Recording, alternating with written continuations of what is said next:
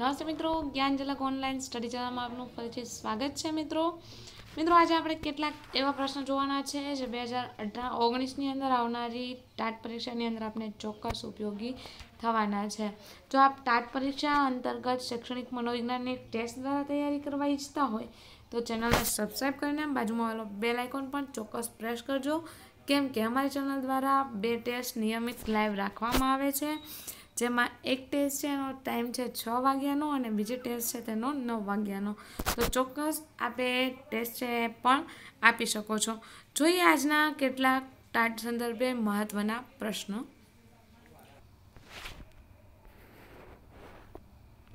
પ્રશ્ન નંબર 1 છે, જીવનમાં સફળતા મેળવવા કઈ બાબત જરૂરી છે? સારું IQ.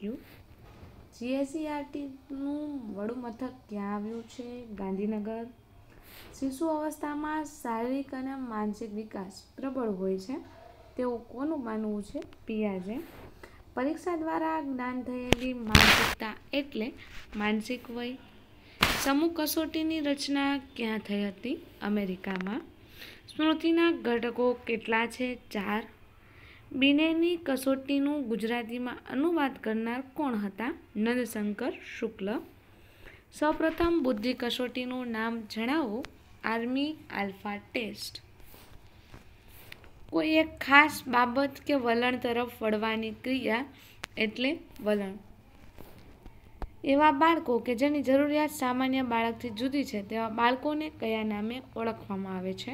અપવાદરૂપ બાળકો. વ્યક્તિવાદી સિદ્ધાંતને કેટલા ભાગોમાં વિભાજિત કરી શકાય છે અથવા કરવામાં આવ્યો છે? 3. કેટ એટલે અથવા કેટનું ફૂલ ફોર્મ શું થાય છે? ચિલ્ડ્રન એ પરસેપ્શન ટેસ્ટ.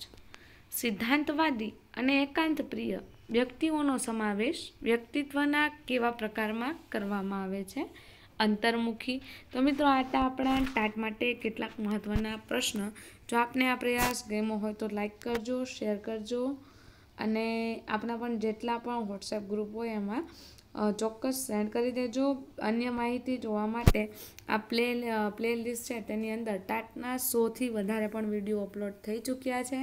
તેના દ્વારા આપ ઘણી બધી માહિતી છે ઉપયોગી મેળવી શકો છો. અગાઉની ટાટની અંદર પૂછાયેલા સવાલ, મોડલ પેપર જેવી અલગ અલગ બાબતોનો તેમાં સમાવેશ કરવામાં આવેલો છે. ટૂંક સમયની અંદર ફરીથી નવો વિડીયો લઈને આપની સમક્ષ હાજર રહીશું. ત્યાં સુધી ઓલ ધ બેસ્ટ.